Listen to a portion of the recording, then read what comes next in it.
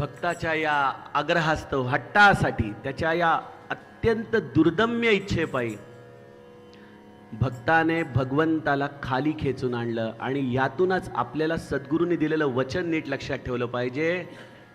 जे सत्ययुगामध्ये होऊ शकतं ते 2022 मध्ये देखील घडू शकतं.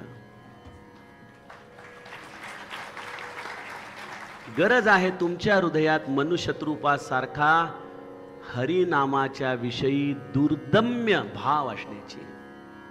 हे सगळं कशासाठी?